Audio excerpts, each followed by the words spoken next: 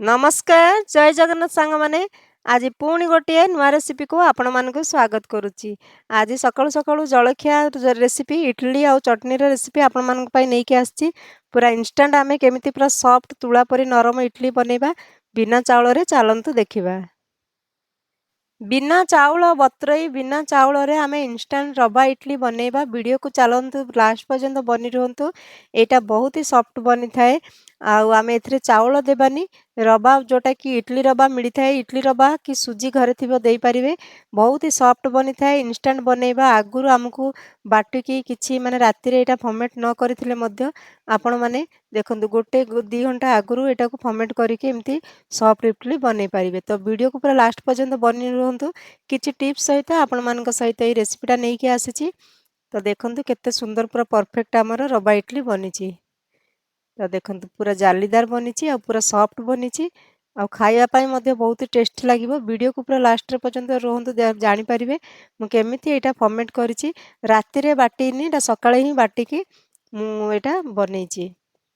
तो देखंतु सेति पई मु बिरी बतरैथिली गुटे गिना बहुत कम बिरी रे मध्ये आपण माने एमती सॉफ्ट इडली बनै परिबा। आ एता चावल बतरैनी एथरे मु सुजी देबी। तो देखंतु बिरीटा बतरै देइथिली 2-3 घंटा आगुरु। आउ एइटा आमे पानीटा बाहर करबानी जो पानी आपण माने बतरैला आलु बिरी को धोईकी बतरै देबे सेही बतुरा पानीटा ही यूज करबा आमे बाटिया पई। जदि आपण माने बतुरा पानीटा फिंगी देबे सेटा एते बढ़िया फर्मेट हबनी। सेति पई सब बेले बिरी को प्रथमे ही धोईकी डायरेक्ट बतरै देबे आउ जो पानी रे बतरै थिबे सेही बतुरा पानी रे ही बिरीटा को बाटिबा। तो देखंतु सेही पानी रे ही बिरी को बाटिकी आमे बाहर करदा। बिरी को पूरा फाइन पेस्ट करिवे माने पूरा चिकन करी बाटिबा। तो देखंतु मु एटा बिरी को पूरा चिकन करदेबा। देखंतु पूरा फाइन चिकन करिकी आमे बिरी को बाटी देबा। एई गिनारे मु गिनाटे बिरी नेइथिली आ एई गिनारे मु रवा नेबी। एटा इडली रवा नेइची आपण मानक पाखरे जो पतला सुजी थिले मध्य सेही सुजीटा एई परी ही देई परिवे। एटा इडली रवाटा मु नेइची। तो देखंतु गोटे गिना आउ अधा गिना मु एटे 1.5 गिना नेबी इडली रवा। गोटे गिना बिरी नेइथिली जेतिकी बिरी नेइथिली तार 1.5 गिना अधिक आमे सुजी की इडली रवा नेबा। एथरे मु चावल बाटिनी आ एटा इंस्टेंट बनेबा माने मु सकाळे ही बिरीटा को बाटिची। तो देखंतु एटा इडली रवाटा आउ सुजी मध्ये नै परिवे। एटा इंस्टेंट मु बाटिची आउ गोटे माने एटा फेंटी की खाली केवल गोटे घंटा रखी देबी टिके फुलिया पई। तो सेथरे लूण स्वाद अनुसार देई देबा। लूण देकी आमे एटा को भलो की मिसे देबा। सेही जो जार धोईकी सेही पानी देई देबा। आउ सब बेले बिरी बटाटा बिरी रो सेही पानी रे ही बिरी को बाटिबे। तो देखिबे बहुत बढ़िया फुली थाए। तापर आमे एटा को भलो की मिसे देबा। एइठे आपण माने गोटे रे 1.5 गिना रवा नेबे गोटे गिना सुजी रे सॉरी गोटे गिना बिरी रे 1.5 गिना सुजी कि 1.5 गिना रवा जोटा इडली रवा सेटा नै परिबे। तापर आमे एटा को भलो की मिसेई देबा। आग प्रथमे टिके हाथ रे एमती फेंटिबा को पड़िबो। कोन में हाथ रे जदि तो फेंटिबे सेटा पूरा हल्का हो जाई थाए बटाटा। आमे जतले शिଳ पेसणा रे आमे जतले पेसी थांती सेतबेले हाथ लगै थांती किंतु ए वर्तमान तो ग्राइंडर रे सेति पई हाथ रे हमकु टिके से बटा को एमती फेंटिबा पई पड़िबो। एटा जेहेतु पूरा माने बटाटा फुलिबो आउ पूरा चिकन हबो। देखो एमती फेणी हबो सेति पई आमे से रवा आउ बिरी बटा को हाथ रे टिके एमती फेंटिबा। तापर एइटा को मु गोटे घंटा पई रखी दोची। सकाळ हु बाटी थिली 8 आळु 9 आळु मते एटा जळखियाटा करियार अछि। तो सेटा रखी देइची साइड रे टिके माने से जो सुजीटा कि रवाटा जो आमे जो पकेइथिबा सेटा फुलिबो। तापर ऑयल टिके लगे देबा इडली छांच रे। तो देखंतु टिके टिके ऑयल लगे देली। तापरे आमे एबे देखंतु एइठे मु टिके सोडा नै जाउची। सोडाटा आगुरु पकेबेनी खाइबा सोडाटा जत्ते बेले बनेबा सेही समय रे ही खाइबा सोडा पकेकी टिके पानी दे देबे अल्प। तापर एटा मिसेई देबे। खाइबा सोडाटा आगुरु पकेकी रखिबेनी केतेबेले मध्य।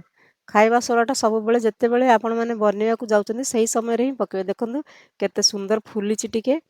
जदि आमे सेटा गोटे घंटा आगुरु मु बाटी की रखी देइथिली टिके गोली की रखी देइथिली सेति पई फुली जाईची। आ एटा आमे इडली छांच रे दे देबा। आ रात रे जदि बाटी की रखिबे त आउरी पूरा माने बेसी फुली जिवो खट्टा हे जिवो काळे बोली मु जेतेल बाटी की एटा करिची। आ केते बढ़िया फुलीची आपण माने देखिबे पूरा सॉफ्ट बनिची टेस्ट मध्ये बहुत बढ़िया। ତ ସବୁଯାକ ଆମେ ଏମିତି ଦେଇକି ରଖିଦେବା। ସାଙ୍ଗମାନେ କେଉଁଠୁ ଦେଖୁଛନ୍ତି ଆପଣମାନେ କମେଣ୍ଟ କରିବେ। ଆଉ କେଉଁ ଟାଇପ୍ର ରେସିପି ଆପଣମାନଙ୍କୁ ପସନ୍ଦ କମେଣ୍ଟରେ ଲେଖିପାରିବେ। ଯେଉଁମାନେ ନୂଆ ଅଛନ୍ତି ପ୍ଲିଜ୍ ମୋ ଚ୍ୟାନେଲକୁ ସବସ୍କ୍ରାଇବ୍ କରିଦେବେ, ପାଖରେ ଥିବା ବେଲ୍ ଆଇକନ୍କୁ ଦବାଇଦେବେ, ଯାହାଫଳରେ ପ୍ରତି ଭିଡ଼ିଓର ନୋଟିଫିକେସନ୍ ଆପଣମାନଙ୍କ ପାଖକୁ ପହଞ୍ଚିଯିବ। ତ ସବୁଗୁଡ଼ିକ ଇଟିଲି ଦେଖନ୍ତୁ ଏମିତି ଦେଇଦେଲି ବେଟରକୁ। ତାପରେ ଆମେ ସେପଟେ କୁକରରେ ମୁଁ ରଖିଦେଇଛି ପାଣି ପୁରା ଗରମ ହେଇଗଲାଣି। ଏଇଟା ରଖିଦେବା। ଇଟିଲି ଷ୍ଟାଣ୍ଡକୁ କୁକର ଭିତରେ ରଖିକି ଆମେ ଇଟିଲିର ମାନେ ତାର ଢକ୍କନର ଲିଡ୍ଟାକୁ ବାହାର କରିଦେବା, ହୁଇସିଲ୍ଟାକୁ ବାହାର କରିଦେବେ। ହୁଇସିଲ୍ କେବେ ଦେବେନି। ତାପରେ ଆମେ ଲଗାଇଦେବା, ହୁଇସିଲ୍କୁ ବାହାର କରିକି ଲଗାଇବା। ଆଉ ସବୁବେଳେ ଫ୍ଲେମ୍କୁ ହାଇ ରଖିବେ। ଇଟିଲି ବସେଇଲେ ଫ୍ଲେମ୍କୁ ଲୋ ରଖିବେନି, ସେଇଟା ଇଟିଲିଟା ଭଲକି ଫୁଲି ନଥାଏ। ଇଟିଲି ବସେଇଲେ ସବୁବେଳେ ଫ୍ଲେମ୍କୁ ହାଇରେ ଇଟିଲିଟାକୁ ଷ୍ଟିମ୍ କରିବେ। ବର୍ତ୍ତମାନ ସିଝିଗଲାଣି, ପରଫେକ୍ଟ ସିଝି ଯାଇଛି ଆମର। ଏଇଟାକୁ ଏବେ ଆମେ ବାହାର କରିଦେବା। ତ ଦେଖନ୍ତୁ ପୁରା ସିଝିଗଲାଣି ଇଟିଲି, ବଢ଼ିଆ ଫୁଲିଛି ମଧ୍ୟ। ଯଦି ଆପଣମାନେ ଇଟିଲି ବସେଇବେ ସେଇଟା ଫ୍ଲେମ୍ ଯଦି ଲୋ ରଖିବେ ସେଇଟା ଭଲକି ସିଝି ନଥାଏ, ଆଉ ମାନେ ଫୁଲି ନଥାଏ, ଟିକେ ଶିଆଳିଆ ମାନେ ଯେଉଁ ବସି ଯାଇଥାଏ। ସେଥିପାଇଁ ସବୁବେଳେ ଫ୍ଲେମ୍କୁ ତାର ଆଞ୍ଚକୁ ପୁରା ହାଇ ରଖିବେ। ଚୁଲିରେ ହଉ କି ଗ୍ୟାସ୍ରେ ଯେଉଁଠି ବସିଥିବେ ପୁରା ଭଲକି ଜାଳିବେ, ତାହେଲେ ଇଟିଲିଟା ଭଲ ଫୁଲିବ। ତ ଦେଖନ୍ତୁ ଆମର ବନିଗଲା ଇଟିଲି। ଏଇଟା ମୁଁ ଆପଣମାନଙ୍କୁ ବାହାର କରିକି ଦେଖାଉଛି କେତେ ସୁନ୍ଦର ବନିଛି। ଦେଖନ୍ତୁ ପୁରା ପରଫେକ୍ଟ ବନିଛି, ଆଉ ପୁରା ରୁଇ ଭଳିଆ ହେଇଛି, ପୁରା ନରମ ହେଇଛି, ବଢ଼ିଆ ହେଇଛି। ଦେଖନ୍ତୁ ମୁଁ ଆପଣମାନଙ୍କୁ ଦେଖାଉଛି କେତେ ସୁନ୍ଦର ପୁରା ହେଇଛି। ଦେଖ ପୁରା ସଫ୍ଟ ବନିଛି।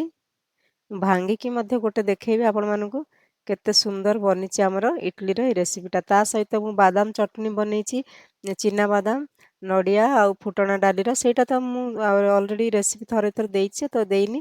କେବଳ ଇଟିଲିର ରେସିପିଟା ଆପଣମାନଙ୍କ ସହିତ ସେୟାର କରିଛି। ତରକାରୀ ସହିତ ହଉ, ଘାଣ୍ଟ ତରକାରୀ କି ଖଟା ସହିତ ବି ଖାଇପାରିବେ, ଯାହାକୁ ଯେମିତି ପସନ୍ଦ। ଚଣା ତରକାରୀରେ, ରାଗ ଚଣାରେ ମଧ୍ୟ ଖାଇପାରିବେ। ତ ଦେଖନ୍ତୁ କେତେ ସୁନ୍ଦର ପୁରା ଜାଲିଦାର ବନିଛି, ଆଉ ପୁରା ପରଫେକ୍ଟ। ଯଦି ରାତିରେ ବାଟିଦେବେ ଆହୁରି ଫୁଲିଯିବ। ରାତିରେ ମୁଁ ବାଟିନି, ଏଇଟା କାଳେ ଖଟା ହେଇଯିବ ବୋଲି ସକାଳେ ଇନଷ୍ଟାଣ୍ଟ ବାଟିକିରି ମାନେ 1 ଘଣ୍ଟା ପାଇଁ ସେଟାକୁ ଗୋଳେଇକି ରଖିଥିଲି। ଦେଖନ୍ତୁ କେତେ ସୁନ୍ଦର ସଫ୍ଟ ବନିଛି ଆମର ଇଟିଲି। ପୁରା ତୁଳା ପରି ନରମ ବନିଛି, ସଫ୍ଟ ବନିଛି। ଖାଇବା ପାଇଁ ମଧ୍ୟ ବହୁତ ବଢ଼ିଆ ଲାଗୁଛି। ଆଉ ବନାନ୍ତୁ, ଘରେ ସମସ୍ତେ ଖାଆନ୍ତୁ, ପିଲାମାନଙ୍କୁ ସ୍କୁଲ ଟିଫିନରେ ମଧ୍ୟ ଦିଅନ୍ତୁ। ଇଟିଲିଟା ଆମର ଅଏଲ୍ ଫଏଲ୍ ବେଶୀ ମାନେ ସେଥିରେ ଦିଏନି, ଏଇଟା ହେଲ୍ଦି ଜଳଖିଆ।